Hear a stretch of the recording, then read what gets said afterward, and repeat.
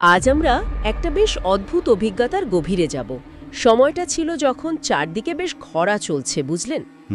কিন্তু শোনা গেল যে দক্ষিণবঙ্গের ডাহুকঝিল অঞ্চলে নাকি সেবার খুব ভালো বৃষ্টি হয়েছে। আর তার সঙ্গেই পাটের ফলনও নাকি দারুণ, বাম্পার ফলন যাকে বলে। একদম। তো বটুক ব্যবসার খাতিরে ভালো পাটের খোঁজে সেই ডাহুকঝিলের দিকে রওনা দিল। কিন্তু সেখানে পৌঁছানোটা সহজ ছিল না একদমই। তাই নাকি? কি হয়েছিল? আসলে প্রবল বৃষ্টি, গ্রামের ঢোকার মুখে রাস্তা প্রায় ধসেই গেছে, কাদায় প্যাচপ্যাচে অবস্থা। ওহ, ওর ঘোড়ার গাড়িটা তো সেই কাদাতেই আটকে গেল, আর এগোতেই পারল না। তাহলে কিভাবে গেল সে? আর কি করবে, অগত্যা গাড়ি ওখানেই ছাড়তে হলো। প্রায় হাঁটু পর্যন্ত কাদা ভেঙে তাকে হেঁটেই গ্রামে ঢুকতে হলো। বাপরে, শুরুটাই বেশ কঠিন, দুর্যোগপূর্ণ একটা বিচ্ছিন্ন পরিবেশ। ঠিক এইরকম একটা অবস্থায় ওর যাত্রাটা শুরু হলো। তা বটুক হাঁটছে তো হাঁটছে, অন্ধকার, ঝড় বৃষ্টি, এর মধ্যে হাঁটতে হাঁটতে হঠাৎ দেখলো রাস্তার ধারে একটা লণ্ঠন জ্বলছে।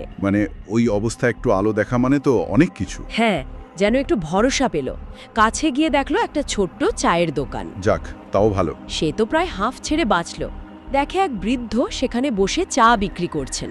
বটুক গিয়ে এক কাপ চা চাইল। স্বাভাবিকভাবেই একটু বিশ্রাম আর পরম চা। হ্যাঁ, আর চা খেতে খেতেই কথাবার্তা শুরু হলো। বটুক নিজের পরিচয় দিল, বলল পাটের খোঁজে এসছে। আর বৃদ্ধ কি বললেন, ফলন কেমন? বৃদ্ধ চাওয়ালা স্বীকার করলেন যে হ্যাঁ, ফলন সেবার বেশ ভালো হয়েছে, কিন্তু সঙ্গে একটা বেশ খারাপ খবরও দিলেন। কি রকম? বললেন গ্রামের যে মাতবর রমাকান্ত শাহ, সে নাকি সব চাষির মাথা কিনে রেখেছে। মাথা কিনে রেখেছে ওই আর কি, সবাইকে একরকম বাধ্য করছে জলের দরে তার কাছে পাট বিক্রি করতে। কেউ যদি রাজি না হয় তাহলে থানা, পুলিশ, এই সব আর কি। ও আচ্ছা, তার বটুকের ব্যবসার আশা তো প্রায় শেষ। হ্যাঁ, একদম গোড়াতেই ধাক্কা খেল সে। কিন্তু তাহলে সে থাকবে কোথায়? এই দুর্যোগের রাত, অচেনা জায়গা, থাকার তো একটা ব্যবস্থা দরকার। বটুক সেটাই ভাবছিল। সে বৃদ্ধকে জিজ্ঞেস করল যে কাছাকাছি কোনো ঘর ভাড়া পাওয়া যাবে কিনা। কি উত্তর পেল? বৃদ্ধ জানালেন যে এরকম অজপাড়াগায় ঘর ভাড়া পাওয়া মুশকিল। তার নিজের অবস্থাও খুব সাধারণ, তবে একটু ইতস্তত করে। ইতস্তত করে? হ্যাঁ, যেন বলতে চাইছেন না, এরকম একটা ভাব। তারপর বললেন গ্রামের একেবারে শেষ প্রান্তে একটা বিশাল পরিত্যক্ত ব্যাংলো বাড়ি আছে। পরিত্যক্ত ব্যাংলো? হ্যাঁ, এককালে নাকি জমিদার রাজেন্দ্রনাথ রায়চৌধুরীর সম্পত্তি ছিল সেটা। কিন্তু পরিত্যক্ত কেন? কেউ থাকে না? চাওয়ালার কথা অনুযায়ী বাড়িটা নাকি অভিশপ্ত। অভিশপ্ত? কিরকম? তার ভাষ্যমতে দিনের আলোয় দেখলে নাকি বাড়িটা চোখ জুড়িয়ে যাওয়ার মতো সুন্দর, রাজপ্রাসাদের মতো দেখতে। আচ্ছা। কিন্তু সূর্য ডোবার পরেই নাকি সব পাল্টে যায়, একেবারে অন্য রূপ। কি রকম পাল্টে যায়? বৃদ্ধ বলছিলেন দেওয়ালগুলো নাকি তখন জীবন্ত হয়ে ওঠে, ফিসফিস করে কথা বলার আওয়াজ আসে, কারা যেন কাঁদে, হাড় কাঁপানো ঠান্ডা হাওয়া বয়। বাপরে! ছায়ামূর্তিরা নাকি ঘুরে বেড়ায় এদিক ওদিক, আলো পর্যন্ত সেখানে টিকতে পারে না। পুরনো দিনের চাপা দীর্ঘশ্বাস, অদৃশ্য হাতের আঁচড়ের শব্দ, এই সব নাকি শোনা যায়। কি ভয়ঙ্কর বর্ণনা! দিনের আলো আর রাতের অন্ধকারের এই বৈপরীত্য, এটা তো ভয়ের পরিবেশ তৈরির একটা ক্লাসিক কৌশল। একদম। চাওয়ালা আরও বললেন যে বাড়ির আশেপাশে আগে কিছু বসতি থাকলেও এখন আর কেউ থাকে না, সব ভয়ে উঠে গেছে। রাতে কেউ যায় না ওদিকে? না না, রাতে ওদিকে গেলে লোকে নাকি অদ্ভুত সব জিনিস দেখে, কেউ কেউ পথ হারিয়ে ফেলে। জায়গাটা নিয়ে গ্রামের লোকের মনে একটা ভয়, একটা ট্যাবু তৈরি হয়ে গেছে। এদিকে বটুকের তো ব্যবসার আজ আর হচ্ছে না, হাতে সময়ও আছে, আর মনে একটা কৌতূহলও আছে নিশ্চয়। ঠিক তাই। তার উপর এরকম একটা রহস্যময় বাড়ির গল্প শুনলে কার না দেখতে ইচ্ছে করে।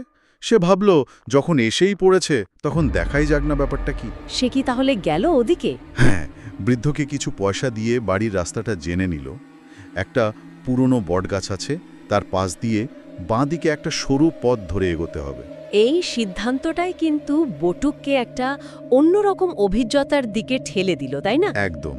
একদিকে অজানা ভয়, গ্রামের লোকের মুখে শোনা ভয়ঙ্কর সব গল্প, আর অন্যদিকে নিজের চোখে দেখার একটা অদম্য কৌতূহল। এই দুটো নিয়েই সে পা বাড়ালো। বটুক হাতে টর্চ জ্বলে এগোতে লাগলো।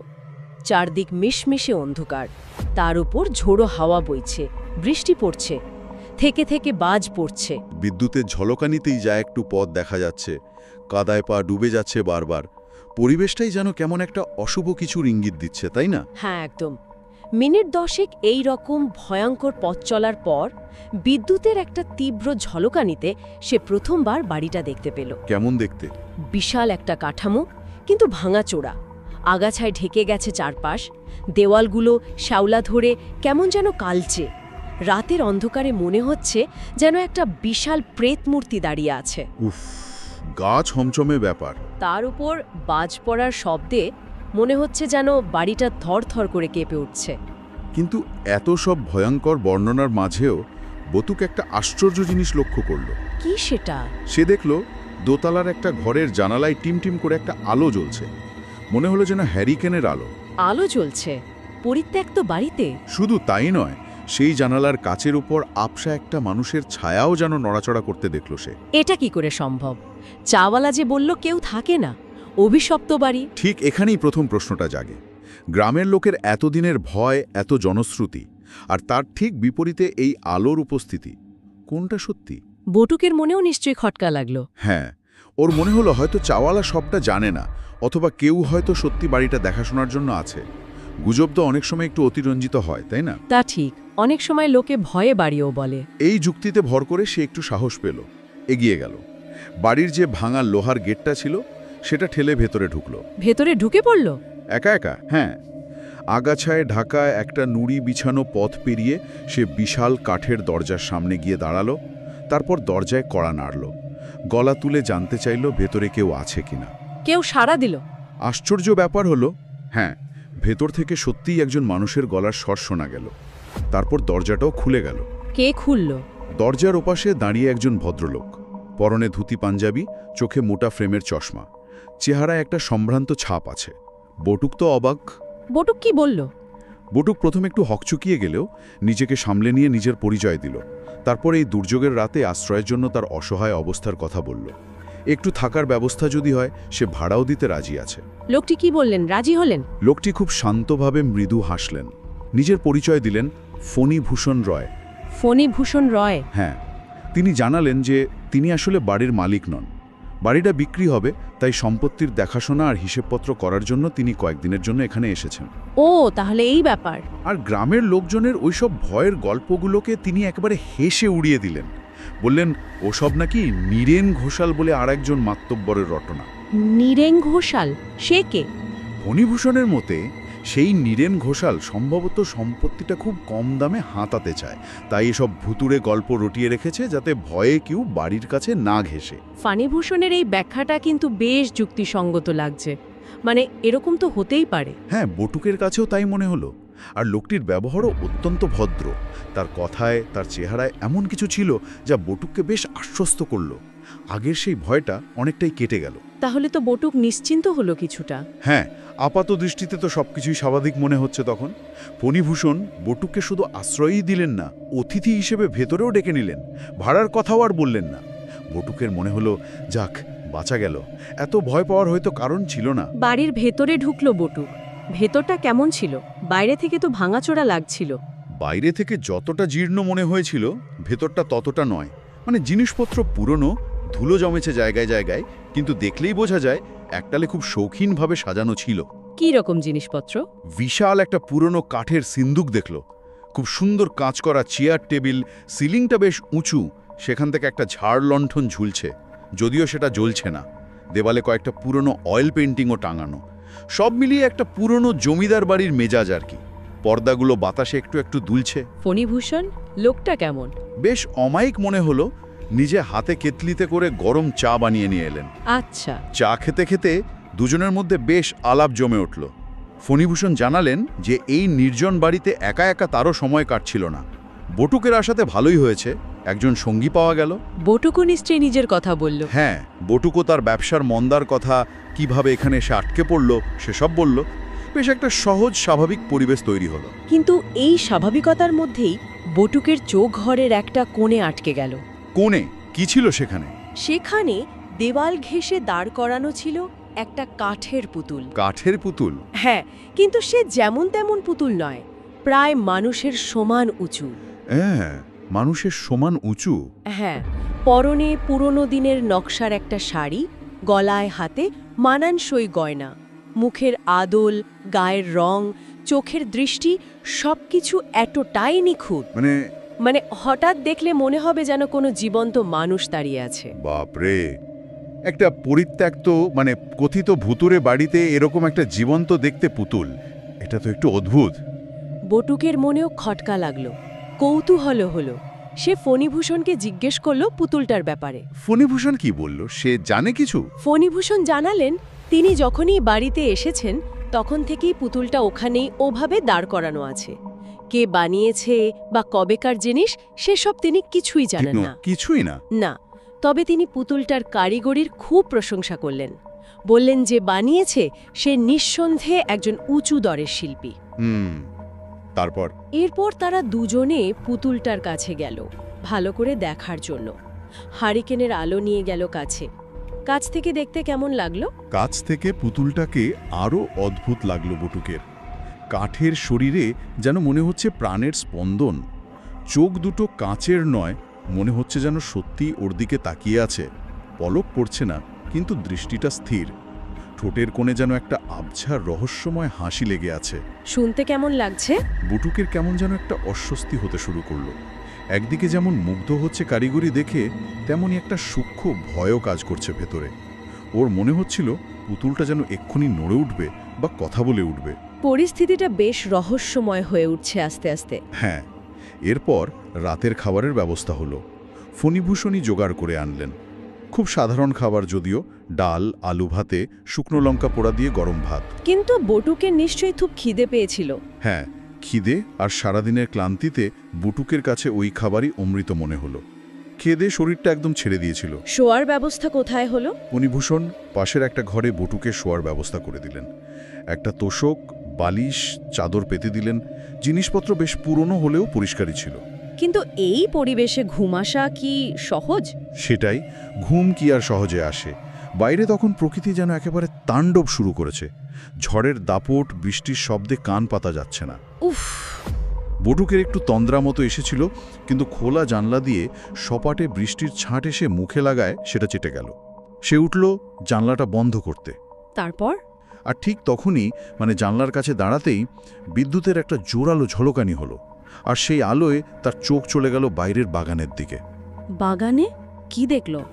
সে স্পষ্ট দেখল একটু দূরে একটা পুরনো আম গাছ আছে। তার নিচে বৃষ্টিতে ভিজি চুপচাপ এক নারী মূর্তি দাঁড়িয়ে আছে। নারী মূর্তি? হ্যাঁ, শাড়ি পরা। মুখটা অন্ধকারে ঠিক বোঝা যাচ্ছে না, কিন্তু বটুকের মনে হলো মূর্তিটার দৃষ্টি যেন এই জানলাটার দিকেই স্থির হয়ে আছে। এটা কে হতে পারে এত রাতে এই ঝড় বৃষ্টিতে? এই দৃশ্যটা কিন্তু সেই চাওয়ালার কথার সঙ্গে মিলে যাচ্ছে, তাই না? তার ফণিভূষণের ওই নীরেন ঘোষালের গল্পটা কি সত্যি নয়? বটুকের মনে ভয়টা আবার জাঁকিয়ে বসল। স্বাভাবিক, ফণিভূষণের যুক্তিগুলো যেন আর ধোপে টিকছে না। বটুক ভালো করে দেখার চেষ্টা করলো মূর্তিটাকে, কিন্তু ঠিক তখনই এক দমকা হাওয়ায় ঘরের হারিকেনটা ফট করে নিভে গেল। আরে! ঘরটা ডুবে গেল একেবারে মিশমিশে কালো অন্ধকারে। কয়েক সেকেন্ড পর আবার যখন বিদ্যুৎ চমকালো, বটুক দেখল আম গাছের তলাটা ফাঁকা, কেউ নেই। কোথায় গেল? মিলিয়ে গেল। কি জানে কোথায় মিলিয়ে গেল মূর্তিটা? নাকি সবটাই ওর চোখের ভুল, মনের ভুল? এই আসা যাওয়া, এই রহস্যময়তাই এটাই তো ভয়ের অনুভূতিটাকে আরও বাড়িয়ে দেয়। ঠিক। বটুক কোনো মতেই দরজা জানালাগুলো বন্ধ করে কাঁপতে কাঁপতে বিছানায় ফিরে এলো, কিন্তু মনে শান্তি পেল না। কিছুক্ষণ পরেই সে স্পষ্ট শুনতে পেল। কি শুনতে পেল? বাইরে বারান্দায় কাঠের খড়মের খটখট আওয়াজ। খড়মের আওয়াজ? হ্যাঁ, যেন কেউ বারান্দায় পায়চারি করছে। খট খট খট। শব্দটা আস্তে আস্তে এগিয়ে আসছে ওর ঘরের দরজার দিকে। একসময় দরজার ঠিক বাইরে এসে শব্দটা থেমে গেল। দরজার বাইরে? হ্যাঁ। বটুকের বুকের ভেতরটা তো তখন হাতুড়ির মতো পেটাতে শুরু করেছে। ভয় আর কৌতূহলের এক অদ্ভুত মিশেল। কি ওখানে? ফণিভূষণ নাকি অন্য কেউ? বটুক কি করল? দরজার বাইরে যখন বিপদ এসে দাঁড়িয়েছে, তখন ভেতরেও তো আর নিরাপদ থাকা যায় না। বটুক ভাবল, যা থাকে কপারে, দরজাটা খুলেই দেখবে সে। সাহস তো বটে।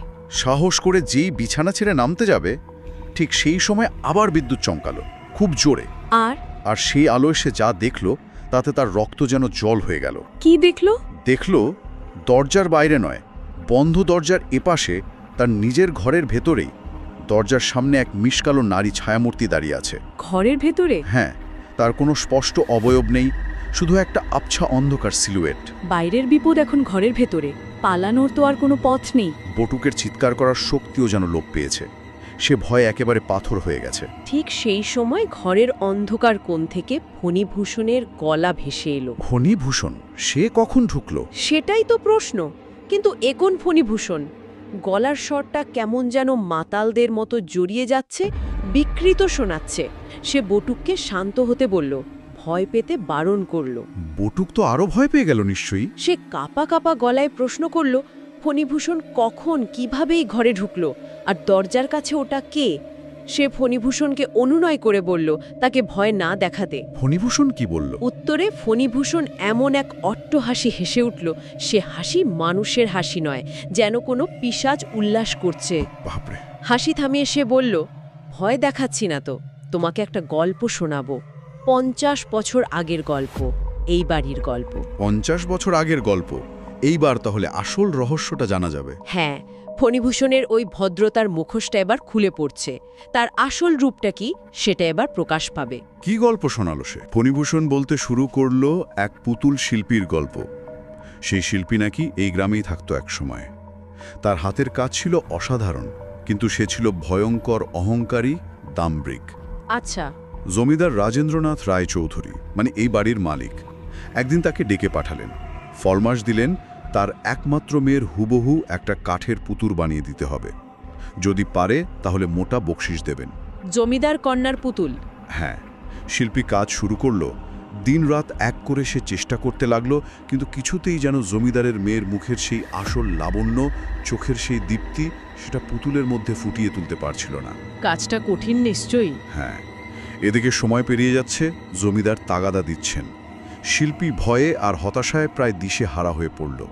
বকশিশ হাতছাড়া হওয়ার ভয়, আবার জমিদারের রোষেরও ভয়। তারপর সে কি করল? শিল্পের প্রতি তার যে অতিরিক্ত মোহ আর ব্যর্থতার যে গ্লানি, সেটা তাকে একটা অন্ধকার পথে ঠেলে দিল। সে গোপনে গ্রামের প্রান্তে থাকা এক তান্ত্রিকের কাছে গেল। তান্ত্রিক? কেন?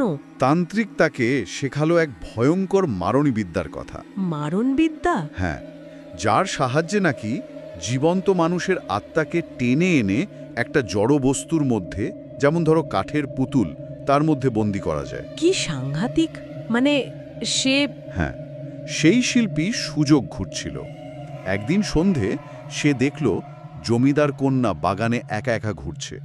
এটাই ছিল তার সুযোগ মারণতন্ত্র প্রয়োগ করার। সে কি সত্যি সত্যি? সে তাই করল। বটুককে ফণিভূষণ বলল চোখের সামনে জীবন্ত মেয়েটা নাকি মিলিয়ে গেল, আর তার জায়গায় পড়ে রইল একটা নিথর কাঠের পুতুল। অবিশ্বাস্য! সেই পুতুলটাই সে জমিদারকে উপহার দিল তার মেয়ের প্রতিরূপ হিসেবে। বটুক কি এসব বিশ্বাস করছিল? বটুক তো শুনে হতভাগ। সে বলল, এটা কি আদৌ সম্ভব? ফণিভূষণ আবার সেই পিশাচের মতো রহস্যময় হাসি হেসে বলল, জগতে অনেক কিছুই সম্ভব, যা আমাদের কল্পনারও অতীত। তারপর কি হলো? জমিদার জানতে পারলেন না। ফণিভূষণ বলতে লাগলো, জমিদার কন্যা তো নিরুদ্দেশ, চারিদিকে খোঁজ খোঁজ রব পড়ে গেল। শিল্পী প্রথমে চুপচাপই ছিল, কিন্তু তার হাবভাব, তান্ত্রিকের সাথে তার যোগাযোগ, এসব দেখে গ্রামের লোকের সন্দেহ হলো। আচ্ছা। খবরটা শেষ পর্যন্ত জমিদারের কানে গেল। তিনি শিল্পীকে ধরে আনালেন। প্রাণের ভয়ে শিল্পী তখন সব স্বীকার করে ফেলল। তারপর জমিদার কি শাস্তি দিলেন? এরপর যা ঘটল তা আরও ভয়ঙ্কর। ক্রোধে উন্মত্ত জমিদার সেই তান্ত্রিককে দিয়েই শিল্পীকে এক ভয়ঙ্কর অভিশাপ দেওয়ালেন। কি অভিশাপ? তাকে এক অতৃপ্ত, মুক্তিহীন পিশাচে পরিণত করলেন। পিশাচ? হ্যাঁ, আর তারপর সেই তান্ত্রিকেরও শিরচ্ছেদ করলেন। কিন্তু তাতে তার মেয়ের মুক্তি হলো না। সে ওই পুতুলেই বন্দী রয়ে গেল। মেয়েটির মুক্তি হলো না? না। এই অভিশাপ আর মেয়ের এই পরিণতি, এই শোকে সব সহ্য করতে না পেরে জমিদার শেষ পর্যন্ত এই অভিশপ্ত বাড়ি ছেড়ে পরিবার নিয়ে চলে গেলেন। গল্পটা শেষ করে ফণিভূষণ বটুকের দিকে ঘুরে তাকালো। বটুক দেখল অন্ধকারে তার চোখ দুটো যেন জ্বলছে। ফণিভূষণ বলল, বুঝতে পারছো কিছু বটুকেশ্বর? বটুক নিশ্চয়ই এতক্ষণে বুঝে গেছে ফণিভূষণের আসল পরিচয়। হ্যাঁ। সে ভয়ে কাঁপতে কাঁপতে জিজ্ঞেস করল, তাহলে ফণিভূষণ কে? আর ফণিভূষণ কি বলল? ফণিভূষণ বলল, আমিই সেই অভিশপ্ত পুতুল শিল্পী। আর দরজার কাছে যাকে দেখছ ও হলো সেই হতভাগ্য জমিদার কন্যা। আমরা দুজনেই এই বাড়িতে আটকে আছি, জীবন আর মৃত্যুর মাঝে। তাহলে ফণীভূষণের ওই ভদ্র ব্যবহার, ওই বাড়ি বিক্রির গল্প, সবটাই ছিল একটা নাটক। সে আসলে মুক্তির উপায় খুঁজছিল। ঠিক তাই। ফণীভূষণ জানালো সেই তান্ত্রিক নাকি মরার আগে মুক্তির একটা উপায় বলে গিয়েছিল। কি উপায়? প্রত্যেক বছর আষাঢ় মাসের পূর্ণিমা তিথিতে যদি কোনো জীবিত মানুষের টাটকা রক্ত দিয়ে একটা বিশেষ মন্ত্র পাঠ করা যায়, তবেই নাকি তাদের আত্মা মুক্তি পাবে। আর আজ রাতেই সেই আষাঢ়ী পূর্ণিমা। তার মানে বটুকি হলো সেই বলির শিকার। হ্যাঁ। ফণীভূষণ বটুকের কাছে এগিয়ে এসে খুব শান্ত গলায় বলল, আমাদের মুক্তি পেতে সাহায্য করো বটুকেশ্বর। তোমার আত্মত্যাগের মাধ্যমেই আমাদের মুক্তি। যেন এটা খুব স্বাভাবিক একটা অনুরোধ। বটুকের তখন কি অবস্থা? বটুক আর নিজেকে ধরে রাখতে পারল না। আতঙ্কে সে পাগলের মতো চিৎকার করে উঠল, সাহায্য চাইল। কিন্তু কে আসবে এই অভিশপ্ত পুরীতে তাকে সাহায্য করতে? তারপর তখনই ঘরটা একটা অপার্থিব কেমন যেন সবুজ আলোয় ভরে গেল। বটুক দেখল ঘরের কোণে রাখা সেই কাঠের পুতুলটা, সেটা জীবন্ত হয়ে উঠেছে। পুতুলটা? হ্যাঁ, ওটার চোখ দুটো দপদপ করে জ্বলছে। ঠক ঠক শব্দ করে পুতুলটা এগিয়ে আসছে ওর দিকে। আর ফণীভূষণ? আর তার পিছনে পিছনে আসছে ফণীভূষণ। কিন্তু তার শরীরটা পচে গলে যাচ্ছে, বীভৎস দুর্গন্ধ বেরোচ্ছে। তার চেহারা আর মানুষের মতনই, একটা ভয়ঙ্কর পিশাচের মতো দেখতে লাগছে। তারপর কি হলো তা তো বোঝাই যাচ্ছে। হ্যাঁ, সেই পিশাচরূপী শিল্পী আর পুতুলরূপী জমিদার কন্যা একসাথে ঝাঁপিয়ে পড়ল বটুকের উপর। তার গলা টিপে ধরল। বটুকের দম বন্ধ হয়ে আসতে লাগলো, চোখের সামনে সব অন্ধকার হয়ে গেল। সে জ্ঞান হারালো। কি মর্মান্তিক পরিণতি! পরের দিন সকালে সেই চায়ের দোকানের বৃদ্ধ, মানে যার সঙ্গে বটুকের প্রথমে দেখা হয়েছিল, তিনি কৌতূহলবশত এদিকে এসেছিলেন দেখতে যে লোকটা গেল কিনা। তিনি কি দেখলেন? কি ঝাঁকে শকুন বসে আছে, আর কয়েকটা শকুন ঘরের ভেতর থেকে রক্তাক্ত মাংসের টুকরো ঠোঁটে করে নিয়ে উড়ে যাচ্ছে। বাপরে, দৃশ্যটা দেখেই তো সব বোঝা যায়। হ্যাঁ, দৃশ্যটা দেখেই বৃদ্ধ বুঝে নিলেন গত রাতে এখানে কি ভয়ঙ্কর ঘটনা ঘটে গেছে। বটুকের আর খোঁজ পাওয়া যায়নি। একটা গা ছমছমে গল্পের এখানেই শেষ।